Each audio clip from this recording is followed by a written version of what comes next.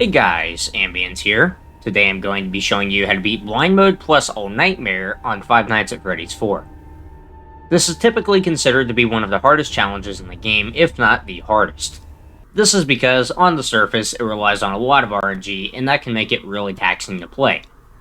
Thankfully, there's a way to beat this mode nearly every single time, and it's all about using odds to predict where Nightmare will be. In this guide, I'll be recapping some of the stuff that I talked about in my All Nightmare guide, as well as some information specific to this mode. Now, at the start of the night, you're going to hear Nightmare running back and forth a bunch, sometimes to the same side multiple times in a row.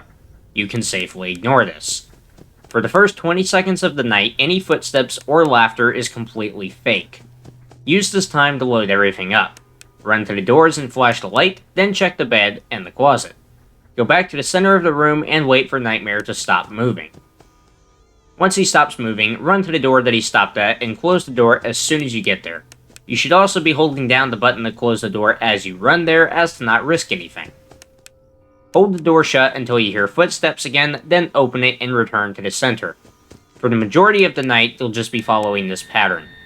Run to the door as soon as the footsteps stop, hold the door closed, open it back up when you hear footsteps again. Of course, the real problem here is the laughs. When Nightmare laughs, it's virtually impossible to tell for sure whether it's real or fake. The only way you can tell is if Nightmare continues running around after the laugh completely stops, which guarantees a fake laugh. However, there is a way to play the odds and correctly guess where Nightmare is most of the time. You see, the All Nightmare challenge changes Nightmare's AI in some very strange ways. Like I mentioned a bit earlier, it causes Nightmare to make a lot of noise in the first 20 seconds, but not actually spawn in. It also changes the odds of real laughs and fake laughs depending on the time. Before 3 AM, there's a high chance that any laugh Nightmare does is real. Because of this, you should check the bed and closet first, then run to the door if he's not there. Remember to change course if he continues running after the laugh finishes. After 3 AM, there's an even higher chance that any laugh Nightmare does from now on will be fake. As such, you should check the door first. Close the door, wait a few seconds, and if you don't hear footsteps again, you should check the bed and closet. If you move quickly, you should still have enough time to ward off Nightmare regardless, but it's always best to check the location that he's most likely to go to first. Obviously, I highly recommend running a stopwatch during this night, as you won't be able to see the clock during blind mode. This helps tremendously, as you don't have to guess when you'll reach 3 AM, at which point your strategy will change drastically. You'll pretty much just be following this strategy for the rest of the night. To recap, load everything up in the first 20 seconds, then run to where Nightmare stops at and hold the door shut until you hear footsteps. As soon as you do, leave the door. Rinse and repeat. When Nightmare laughs, check the bed with your flashlight and listen for loud static. If you hear it, Nightmare's there.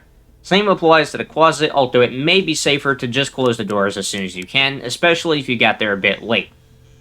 Keep an eye on the time when you start getting close to 3 AM. As soon as the clock strikes 3 AM, keep up your current strategy, but go to the door first. Seeing as there's a very high chance of Nightmare being there, I recommend just committing to holding the door shut. While a real laugh can happen after 3 AM, it's very unlikely. Never use your flashlight at doors, as Nightmare doesn't make any noise here and it only increases the odds of you dying. There is no benefit at all. As this is blind mode, you should have a firm idea of where you are in the room at all times. I highly recommend playing blind mode by itself first if you find that you're losing track of where you are. If you're having a hard time running to the closet, quickly flick to the left a bit, then move your mouse back to the center and try again. If that doesn't work, try the same thing, but flicking to the right this time. The flashlight beam has to be directly on the closet to run to it, which can be tricky to set up if you can't see it. If you're dying to Nightmare through a door, there's two possibilities. If he laughed recently, then he must have been in the room. Keep in mind that real laughs can happen from 3 AM onward, it's just quite unlikely. If he hasn't laughed recently, then you just got to the door late. Run to the door as soon as Nightmare's footsteps stop, and leave the door as soon as they start again. You can't afford to wait very long. Once again, remember to not use the flashlight at doors on this mode, as it's high risk and no reward. Well, that's all for now. Follow this strategy and you should have a blue star on the main menu, as well as 2 red ones if you haven't completed blind mode or All Nightmare individually yet. This challenge is heavily luck-based, and sometimes it's just pretty much unwinnable. However, there's a lot more potential for RNG reduction than people realize here, and it can make an absolute world of difference. Lastly, I figured it's about time that I addressed my slower upload schedule and the reasons behind it. I'm sure that a lot of you have probably noticed that I've only been uploading about once a week lately. Truthfully, there is no reason for it besides pure burnout and me being completely overwhelmed and having no idea what to work on next.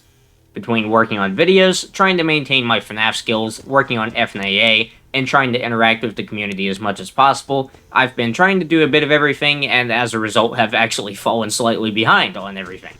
Rest assured, I haven't completely been slacking off. I've now completed 50-20 mode a total of 17 times, meaning that my skill at the games has improved significantly. On top of that, the team working on FNAA should have some gameplay to show you guys in September. There's one more FNAF 4 challenge to go, and after I finish it, I may take a break from YouTube for a bit to fully catch up with everything else and just take some time to set a good schedule. The FNAF 6 guides will be happening soon, and I'm really sorry to keep you guys waiting so long, but I want to make sure that I can devote 100% of my attention to making the best guides that I possibly can.